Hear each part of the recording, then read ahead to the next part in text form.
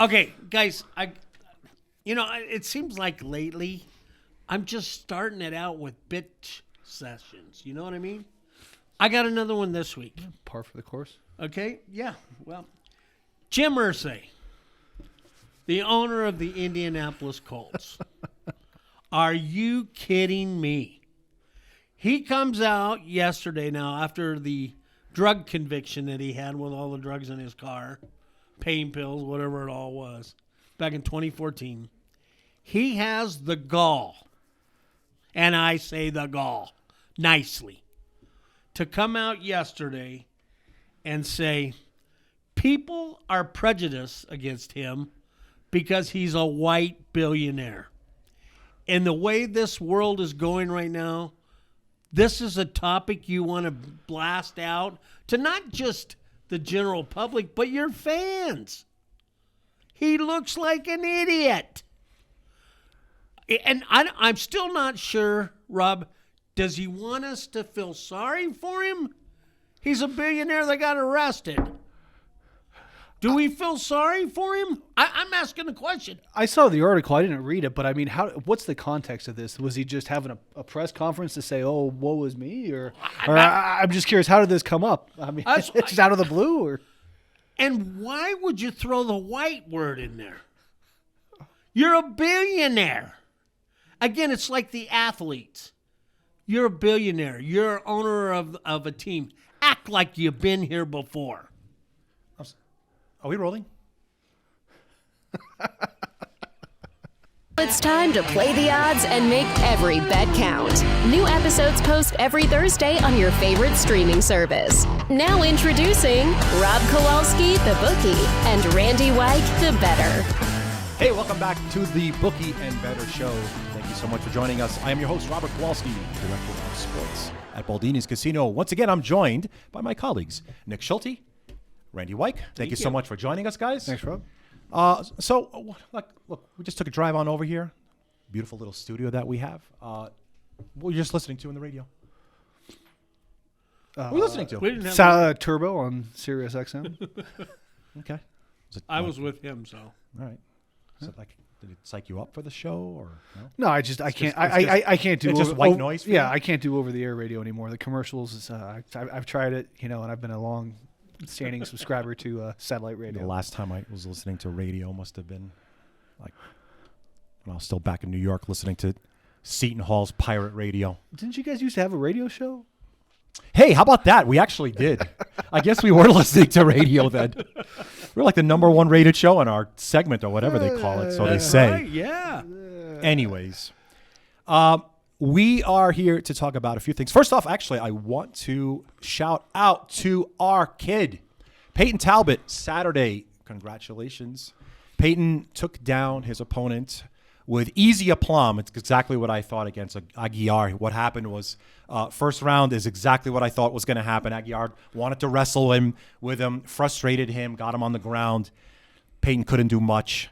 Round two, he wasn't having any of it. A lot of punches, a lot of kicks, wearing him down. And then I knew it was obviously it was 1-1, each round going into round three. And then it was just a barrage of punches and kicks, and it all ended. I don't remember. It must have been like halfway into the round. He hit him with a great kick to the ribs, got him crumpled to his side, and then it was just a punch. Got him on the ground. That was it. Game over. Wow. Pretty much got him in a really nice lock. Elbow under the chin, and it was lights out. First submission. Congratulations, Peyton. Keep up the great work. Honestly, during the presser, it barely looked like he even broke a sweat. He wasn't even out of breath. He has incredible endurance. Definitely I can't remember what weight class he's Bantam. Bantam. Yeah, bantamweight. Do you think he learned that chokehold from Damon Green? Or just got to throw that out there. Draymond Green. Draymond. Yes, Yeah. yes, he probably did. Yeah. He probably did. We heard him. He heard us talking about him, of course. He called him while he's been suspended to let him know how to get over. Lock the elbow. All right, so let's take a look at what happened last week. There's really one thing that we need to talk about. So guess who's not winning $9.2 million? Mr. Kowalski? That's right. This guy. Did you know why? Did you bet against your team? Why? Ask me why, Randy Wike. You took the Ask me Commander- why. Why? Because you said that the best bet to take to the bank is the Washington Commanders. They could not lose to Danny DeVito. Well, I gave you 2 picks out last week, but yes, the You're Commanders. not getting out of this.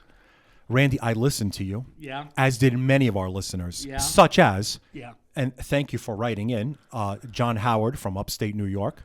He followed your advice. He's not winning $9.2 million.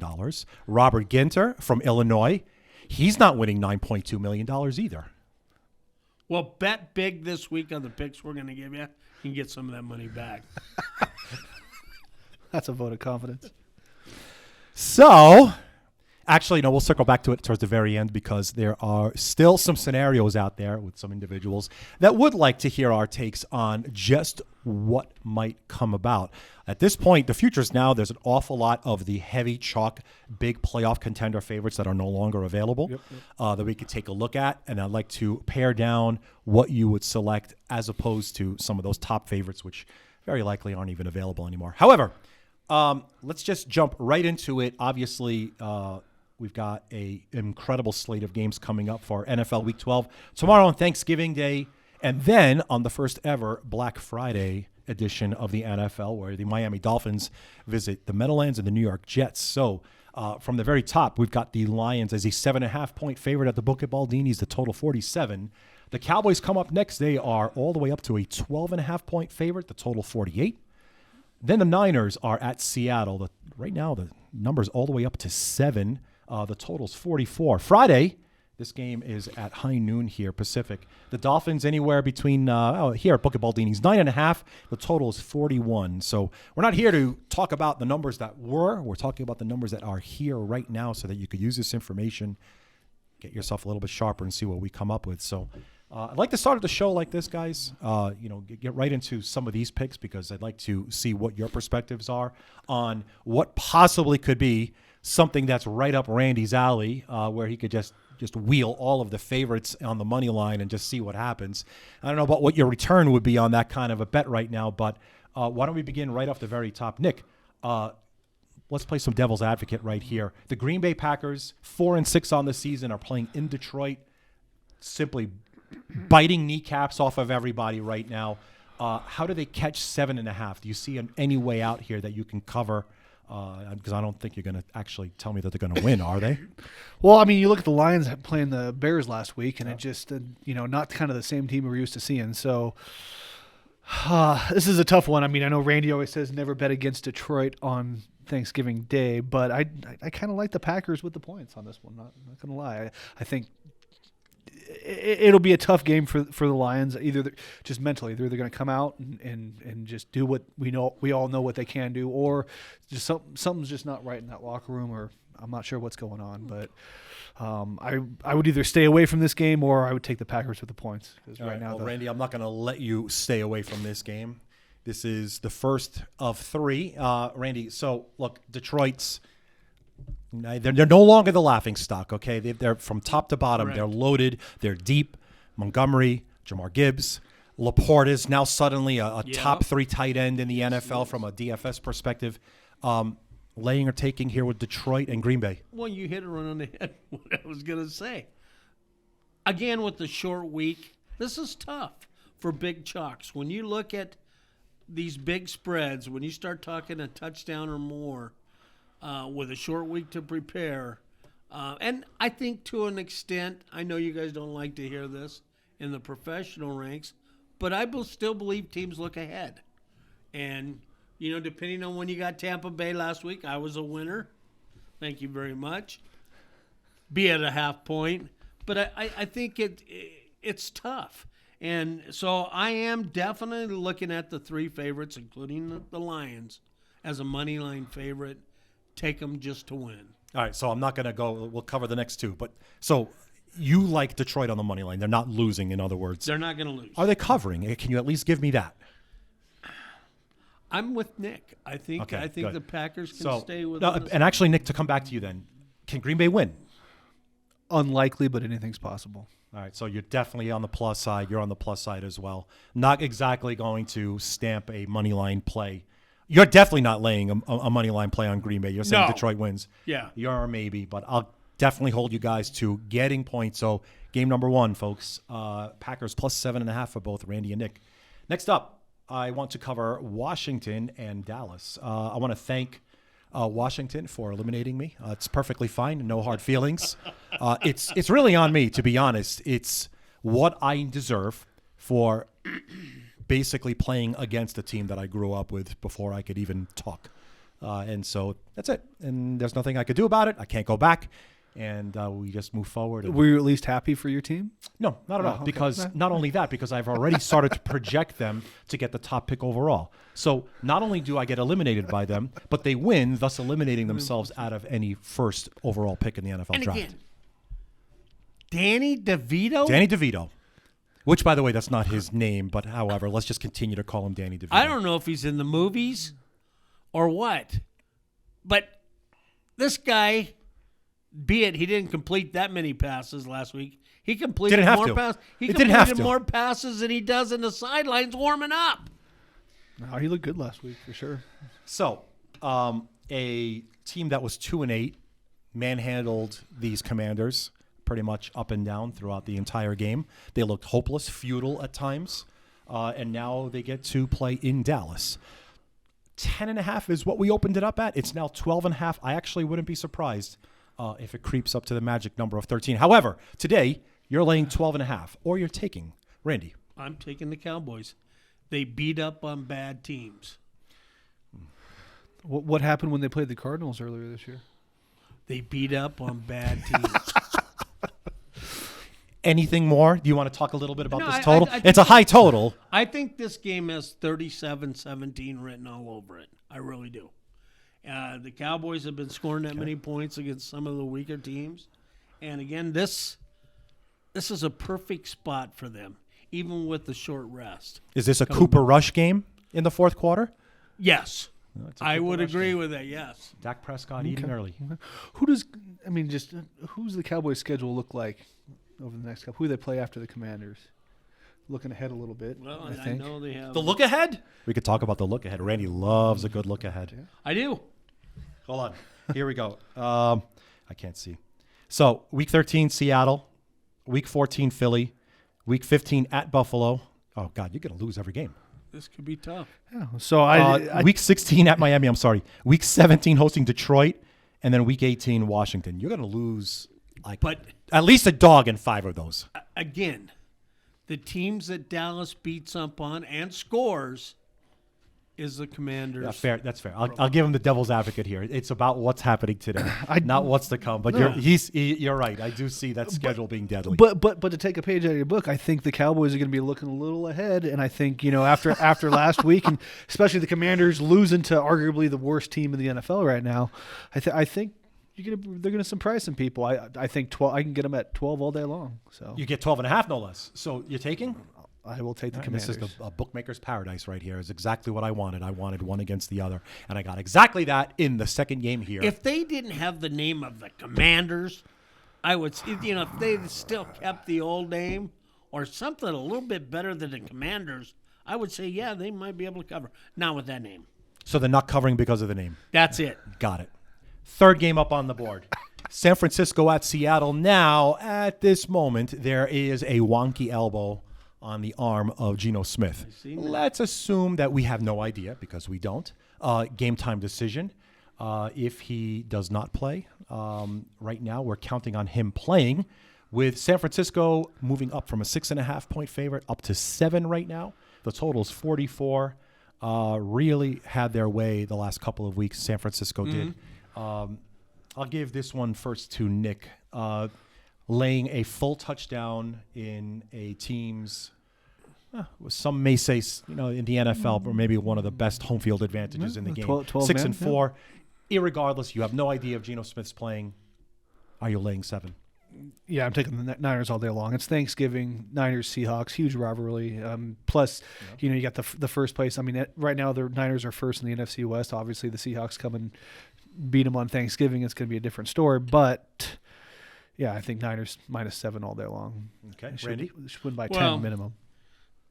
I would feel a lot more comfortable with Geno at quarterback, but to the point that Nick made, this defense of the 49ers, I mean, scary. it reminds you of the old Chicago Bears. They have that much talent on that side of the ball. And with that pass rush, those front four guys are just amazing. And like I said last week, Rob, it's just the Niners really, I mean, points off of turnovers. And, the fact they're only giving up 7, I think you got to think they're going to score at least 10 off 2 turnovers. So cover just with that. And I know we may talk about this later, but last week was a perfect example of why Purdy fits in with this offense. I mean, it was a little bit to everybody. And this offense, with that old West Coast style offense, really fits him perfect. So, again, they say, he's not a talented quarterback. In this offense, he is. It's set up for him. The little short drag routes, the little quick outs, and then running Christian. It's a great offense. Not to mention the bomb to Ayuk for what was it, 67 yards. And that's the thing. At this point, San Francisco. Reno kid, by the way. I really honestly think that there's no team in the NFC. The only team that could beat San Francisco in the NFC Championship is themselves at this point. Honestly, it's not the quarterback. It's not Brock Purdy that's going to win them this thing. And so it's going to be quite interesting to see what happens at the end of the year. They're hoping they get the Cowboys again, so the Cowboys can get inside the red zone and have a delay of game, a legal procedure, and a sack. Yes. And that's it. On Dallas. On Dallas, Got it. Okay. That's what I say. Niners are hoping to get them back in the playoffs. Okay. Yeah, and misjudge the clock. You got to put that in there, too. Really not pay attention. So you're preparing yourself for this kind of pain. I've already I'm with Stephen A. Smith on this one. How many playoff games has the Cowboys won in the last 20 years? Just one, right? I think that's one too many. Post Tony Romo, just one, right? Would you rather have? No, actually, wait a second. When's the last time you won a Super Bowl? Emmett? Back Jimmy Johnson. 93? Or they won after Jimmy. 95, I think. 95? You know what? I got to take my position. I'd rather really suck and just come out of nowhere. I'm talking about the New York Giants and just winning Super Bowls when you least expect it, than rather just being you're literally, if we add up all your wins and losses in the last 30 years, I bet you it's right down the middle. But not having the name of Danny DeVito at quarterback. That's not going to win championships. But you know which one will? Daniel Jones? Bo Nix. Oh. No, I don't know. We'll see. We'll see who we get. You okay? Yeah. I got to get you one of those silencer buttons. I like it. You're over here. You good? Yeah. All right. Very good. Next cough's going to be $5 though. Wait till you get my age. When you get my age, when you're older than dirt. All right. Hey, look. Let's move on. We're all right. Got to get everyone. Everyone's listening in, and they want to know exactly what we're going to do. So there's one last game left, guys. So Friday, Miami Dolphins at the New York Jets. We do, in fact, have quite a bit that's happening right now between the line and the total. This one's moving very, very significantly. Moved all the way up to 10. I think that's going to be its ceiling. We're not going to see any higher than that. However, right now, Miami Dolphins, a 9.5-point favorite, the total 41. Gentlemen, break this one down, Nick, for me. I have no data to go off of whatsoever on this, but I like the Jets in this game. It's a weird date, weird time, and I just think players kind of get into a rhythm. You play on a Monday night, you play on a Sunday afternoon, and then all of a sudden now you're playing on a weird Friday. I think it just kind of screws everything up, and I think that Jets D can kind of slow down the Dolphins a little bit. So I definitely like the Dolphins with the points and the under. Okay. Randy? Well, I think there's something else going on in that Jet locker room. They've lost this ball club. This team is... Who's that? The Jets. The Jets have lost themselves. Yes. Got it. The ownership, the coaching staff, the players are not with them. And it's not even the Zach Wilson issue. This team offensively, Cook.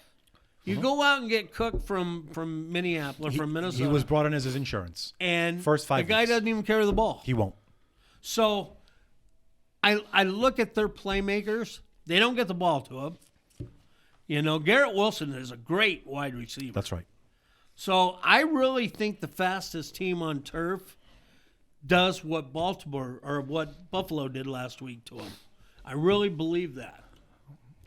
Tim Boyle will start at quarterback for the New York Jets. He's warming up with Danny DeVito right now. Do they live across the street from each Yeah, other? they do. I think it's going to be an improvement over Zach Wilson this year, personally. You think Zach Wilson's done for the year, done for his career? Or? Now, that's a good question. Which, by the way, brings us to the next thing, and you definitely, this is right up your alley, Nick. Did Aaron Rodgers actually injure himself? That's the billion-dollar question, really. Because he's coming back this year. No, he's not. He's not. If he comes back this year, then you know he didn't have a torn I ACL. need some questions answered. Well, I mean, he went to go see that doctor that Kobe used that, turned him around pretty quick. I know that. So, and then that and ayahuasca and fish oil, I'm sure he's right back into it. So, Love me some good ayahuasca. All right, so I want to make you guys even more uncomfortable than I normally make you both. We want to go and focus in on a couple of things. This segment I want to cover on is the Survivor section. Now, I have 2 selections here that I want to hear your opinions on. If you had to choose one or the other, forget about whatever the full slate is and all these favorites that we have. All right. There's 2 games that I have circled that I wanted to see where you would choose, win or lose. Forget about point spreads here today. The Houston Texans are 6-4 this year. I don't believe anyone saw this coming. Nope. But they've put it together, and they quite possibly have an MVP candidate in a rookie quarterback. That being said, the Jacksonville Jaguars on the road at Houston are some places a 1.5 point favorite in Houston. Okay, so obviously, for Survivor perspective, Jacksonville is in play. Hold that thought. The next, the Tennessee Titans are 3-7 on the year. Pretty much have folded any possibilities at a 500 season. It's not going to get any better. However, they're home. By the way, Jacksonville on the road in Houston. This one, Carolina is at Tennessee. The Tennessee Titans, 3-7. Carolina has 1 win in 10 games this year. They truly are in the full-on tankathon right now. The Tennessee Titans, as 3-7 at home, are a 3.5 point favorite. So I present to you both this. If you had to choose between the Jacksonville Jaguars on the road as a 2 point favorite or the Tennessee Titans as a 3.5 point favorite hosting Carolina, which would you take? what other picks do you have? Let's assume that's it. That's a tough one, but I think I got to go with the Titans on this one. Okay. Randy? Titans.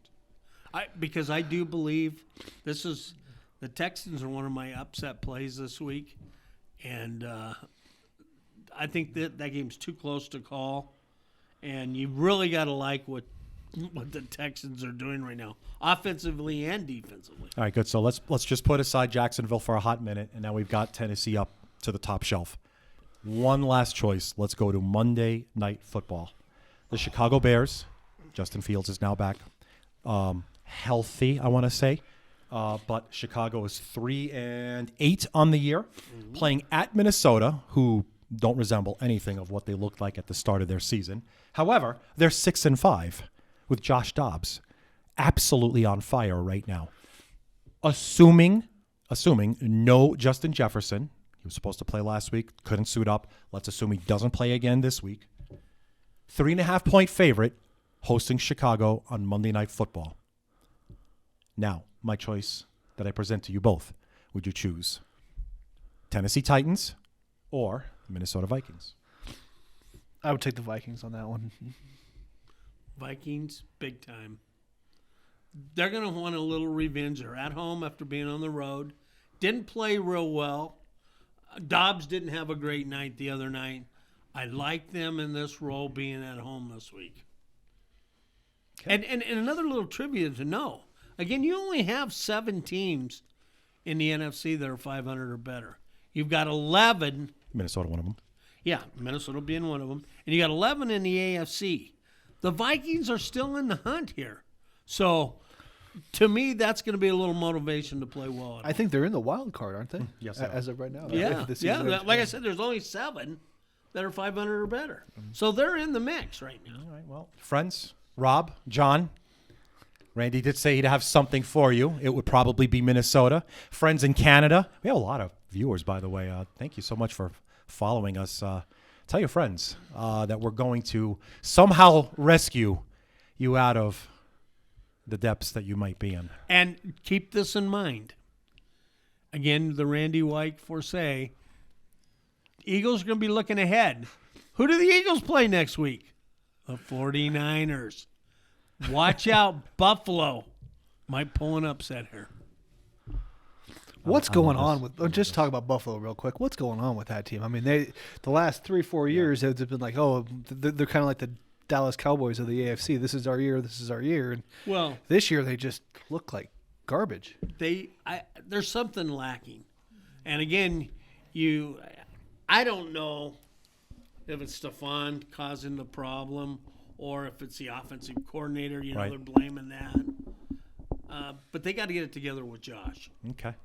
Well, I guess we could take a look then. With all that being said, I want to thank everyone. Randy, parting thoughts from you. Have a great Thanksgiving. Start the holiday season in a positive way. Win some money. For you guys that did have the Survivor picks last week, bet a couple of these teams, get some of your money back. Nick, some parting thoughts? Happy Thanksgiving, guys. Go Lions, go Commanders. Very grateful for you both. Thank you so much. Thank you. I can't do this show by myself. Yeah, I could probably do the show by myself, but it would probably suck. Turn out the lights, the party's over. It's not an episode with that. Thanks so much, everybody. Happy Thanksgiving. Have a good one. Thank you for listening to the Bookie and the Bettor Show. New episodes post every Thursday on your favorite streaming service.